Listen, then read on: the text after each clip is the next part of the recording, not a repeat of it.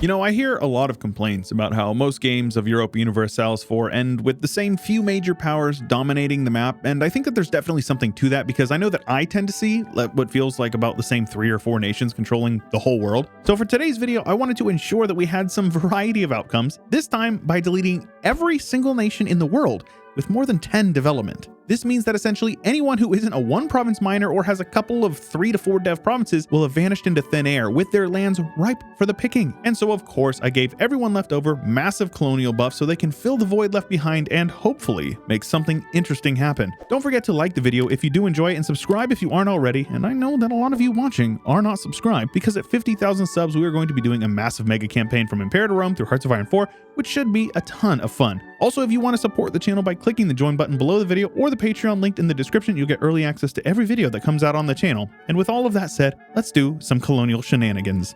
So here we have Naxos, who has gone over and colonized Constantinople, which is pretty cool, but not quite as cool as Theodoro pushing all the way down into Bulgaria. That's pretty cool. The Isles in Scotland have formed Scotland. We'll see that the coasts over here are going mostly to Oldenburg and Dithmarschen. But then up in England, that's going to East Frisia. So that's definitely a thing that we're seeing this time around.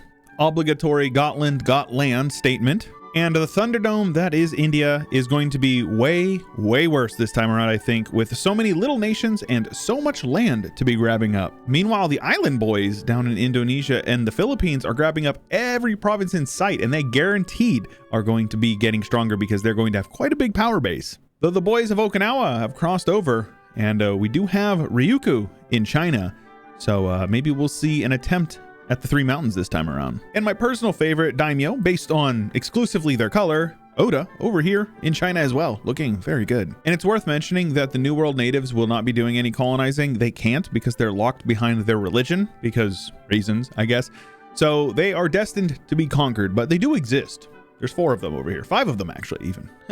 Pretty good stuff. Meanwhile, Rome has been returned to the Pope Man, and we have a couple of nations that are looking pretty good over here. Swabia has formed, which is pretty cool. Navarra is making their way around the coast here. And then whatever this Leinster, Ireland, they are over here in Galicia. And the British Isles, barring 1 province, are entirely filled in with Scotland definitely on top, but Tyrone over here looking pretty good, though I don't think you can count out East Frisian Britain. And I was looking at this province over here in Norway. Turns out that that is actually Sligo, or however this is pronounced, colonizing Norway. So that's a thing as well. Naxos and Theodoro looking incredibly good. Avario with nothing but potential around them. And then Ramazan pushing down into Egypt, contesting with Makuria, very well could be a super strong regional power with a very nice red color. Of course, we have Yas over here. And honestly, I don't recognize basically any of the tags that we're seeing over in India, except for like Delhi, because a lot of these guys are little 1 province miners in 1444. And so seeing their names pretty big is funny because I don't even know half of them even exist. Oh yeah, and I just realized that trade goods be looking a little bit weird. Lots of naval supplies here in Germany. Lots of grain over here in France with 0 wine whatsoever. I think that a lot of this stuff was not considered, mostly just because it didn't need to be, because this stuff was all colonized in 1444 in base game.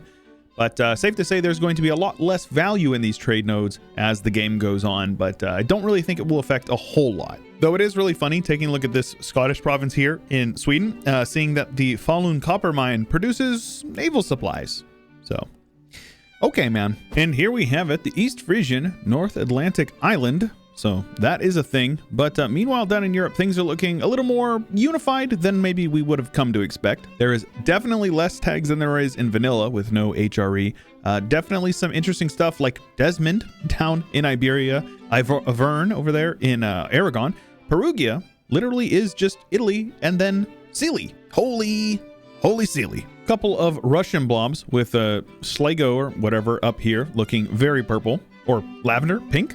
Lavender, right? This is lavender. And then northern Germany is pretty long for the most part, with Saxe-Lauenburg reaching all the way down into Ukraine, as does Saxony. And then, of course, we have the beautiful Theodoro right next to Naxos, looking incredibly good. Sadly, got cut off from a lot of the development over here by Ramazan. I think Ramazan is probably the strongest regional power. Meanwhile, we have Dahomies rounding off on the coast. If you don't know, Dahomies is the coolest group that you could be a part of. They are actually the name that we have given to the channel members here. And if you want to help me support my family, you can pitch me a couple of bucks by clicking the join button below the video, and also get access to unique chats and roles in the Discord. Africa is almost entirely colonized. I think they may even be entirely colonized, with the Irish Maghreb probably my favorite addition so far. And I gotta point it out because I know that Australians love vacationing in Bali, but it looks like Bali enjoys vacationing in Australia this time around. And sadly, it looks like the stateless societies, barring one, have been kicked out of the area. Actually, I lied. There are 2 stateless societies, these guys here as well as these guys here, with a good old 8 out of 6 governing capacity taken up. Very much going to hurt them if they take literally any provinces. So that's going to be a tough one too. That's going to be a tough one to overcome. But I'm pretty stoked up at what we're seeing over here in East Asia. You've got a lot of nations just literally racing westward, like just pushing straight westward. You've got Ryukyu, Oda, Chiba, and then Shiamatsu actually pushing over there. So got cut off over in Korea. But lots of interesting stuff. I think there's going to be some very interesting power dynamics that we're going to see come out of the Chinese region for sure. And so 20 years in, the great powers of the world, Gotland, Swabia, Auvergne, Trent, Perugia, Sealy, Ryukyu, and Rostov. Though the institutions are definitely messing with a couple of those people. Like you would see that Ryukyu is actually the #1 great power based on development. But we'll see how things go as the institution starts to spread around. And now things are starting to heat up in the new world. We have East Frisian Canada, new East Frisia, Frisian Louisiana, and then they're also down into Mexico as well, because why wouldn't they be? It's all East Frisia. Not to mention they also have the West Indies and Colombia. They're currently colonizing Peru as well. So maybe somebody else will get over eventually, but maybe not. And yeah, after letting a bit of time pass, it definitely is a very East Frisian New World, as well as an East Frisian Britain and Northern Ireland. So take from that what you will. Though Desmond is actually getting kicked out of Iberia by Perugia, who is Italy, so that's a thing as well. And meanwhile, Swabia is absolutely bobbing, looking very good, kind of reminding me of our own video. I think that was actually last week. However, we do have a couple of extra formables in Franconia as well as Westphalia over here in Germany, so love to see it. And sadly, it looks like Gotland is getting ganged up on pretty hard. Meanwhile, Siberia is an absolute mess, and Russia has indeed formed by somebody over here, Rostov, I think it was. So it's cool to see him form. And it's very much still a mess over here in the rest of the lands, so nothing really to report on. Though on top of Balinese Australia, we now also have Balinese Australia over here. And to be honest with you, I think they got basically all of the islands. It's all Bali. And in this episode of Rate My Britain, what do you guys think? East Frisia, got a nice ring to it. I think this may be probably my favorite iteration of Britain up to date. And Swabia having a game, pushing into Iberia and very deep into Italy, pushing Perugia actually out of Italy almost entirely. And Morocco formed, though they're not feeling too good. I don't really know how they're losing this war. Looks like it's to Navarra, but I could be wrong. I don't know. Either way, they're losing a war pretty bad. And we have some natives over here from Africa pushing up into Arabia, right next to the Mamluks who have formed. So that's pretty good as well. And we've got a lot of pink and like reddish over here, specifically this red, which is from Oda, who is just like snaked around and is now giving a massive hug to Southern Asia. So I like to see that quite a bit. Aside from these purple guys getting kicked out by Ryukyu, China is pretty stable, all things considered, more stable than vanilla with no mandate. Lanzhang looking incredibly well. And then this Madurain or whatever, Madurai, looking quite well as well. I don't know how they got over here and why most of their development is over here. I'm not going to ask too many questions. And the Congo's name is gone because it's actually moved up to the north and they conquered the majority of the development over here in Central Africa. But without a doubt, my favorite thing so far is Hisan Kaifa looking incredibly good with like strong Ottoman borders minus some land over in Greece. They're currently losing a war to Russia, so we'll see how that goes in the long term. But they look very good considering that they're a one province minor in 1444. So I like to see this. And we did end up having a Reformation, but this is it.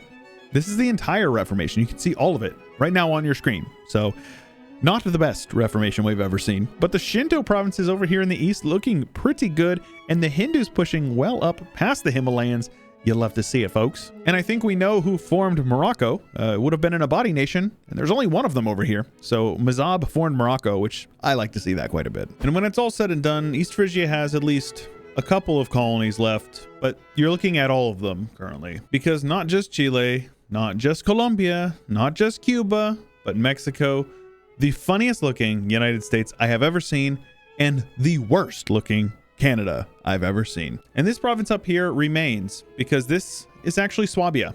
It's not East Frisia. So that is one thing that we do have from that. As is Greenland.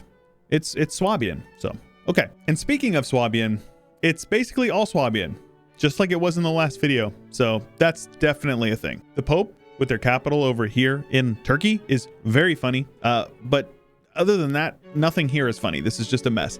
However, Hisankaifa, very cool to see. I'm a big fan of this. It looks like Lenshang formed Siam, so I definitely am a big fan of that as well. Always love to see when the AI forms formables that are not just like Great Britain or France. And Oda seemed to get chopped down quite a bit, probably by Russia, who, yep, it's an AI Russia, so you just have come to expect it after domination. They're in Arabia, they're in Iran, they're in Anatolia, lads, they're in China, and they're even in northern Japan. They are everywhere. And I guess they even decided that they wanted some land over here because why not, I guess. Gotland's capital over here in Podlice, or however that's pronounced, which from what I've been told by a Pole, this is a super like rural, like kind of, I guess it's kind of like the butt of the jokes. This is like the Ohio of Poland. People like to goof on it. So if that is true, this is very funny. It's still pretty funny because they're not even close to their capital, which they don't own anymore. It's Swabia as well. Of course, you got to be excited to see East Frisia. I'm disappointed they didn't get Thomond out of there, but they do have the rest of the British Isles as well as southern Scandinavia. Not over here though. Hanover, this is America. A little bit of American imperialism, only this time it's in Germany. And with the fall of East Frisia, we do have Swabia coming out on top, followed by Russia very closely, and then a huge drop off down to the Mamluks, that Indian nation, as well as Mexico, Bali, who decided to go revolutionary, Katara over in Southeast Asia, and then East Frisia, who was the former #1 great power, now number 8. Swabia with the economic hegemon, stacking it up, and a fully stacked military hegemon for Russia. Truly terrifying. And the religious map mode, outside of some Protestants getting squished in Europe, looks very similar, though a lot of this has also been converted over to Catholic. And the Shintos have been squished mostly by Buddhists in the south, which is very funny. The Buddhists have stricken back, and the Orthodox are now pushing in from the north, though it doesn't look like they're converting a whole lot, so we'll take what we can get. Also, Indo-Indonesia as well as Australia, very nice touch. Now, it's safe to say that the New World is very much one monoculture. There is no variation. Everybody is the same in the New World. Somebody from Chile versus somebody from Alaska, exactly the same. And the Germanic cultures in general are just pretty cool. They spread over all the way from the British Isles down into Greece, and then the Slovenes are just chilling. I guess they're hanging out. Very cool to see the Gothic invasion all the way in this region. And then it looks like Levantine culture is okay, with Kurdish having a bit of a surge over here. Only 2 Italian cultures left in Umbrian and Venetian is not in Venice. So shout out Naxos for spreading some Venetian culture. Very funny to see that what isn't Occitan is Basque or Irish over here. So interesting borders over here in Iberia, as well as Japanese cultures over here in East Asia, as well as Filipino and these Indonesian cultures down here, again, down here in Javanese, Australia. It has been quite a while since we've done one of these videos. They were starting to drop off in terms of viewership, so I figured we needed a break from them, but it's been long enough that I wanted to bring it back. If you guys enjoyed, make sure you leave a like and show your support. If you haven't already subscribed, make sure you subscribe, because at 50,000, we're going to be doing that massive mega campaign all the way from Impera to Rome through Hearts of Iron 4. If you made it to the end of this video, I want to say thank you very much, and I hope you enjoyed it. And more importantly, I hope that you are having an absolutely wonderful day. Special thanks to Chio, Josh Kopczynski, Azure Rhino, Blonde Damon, Ian Powell, Cannon Fodder, Corporate Gaming, Anthony Grove, Isaiah, Saronska, Ricardo, Cobalt, Rex, Total Farce Frit, Nathan Albright, and many more. Thank you.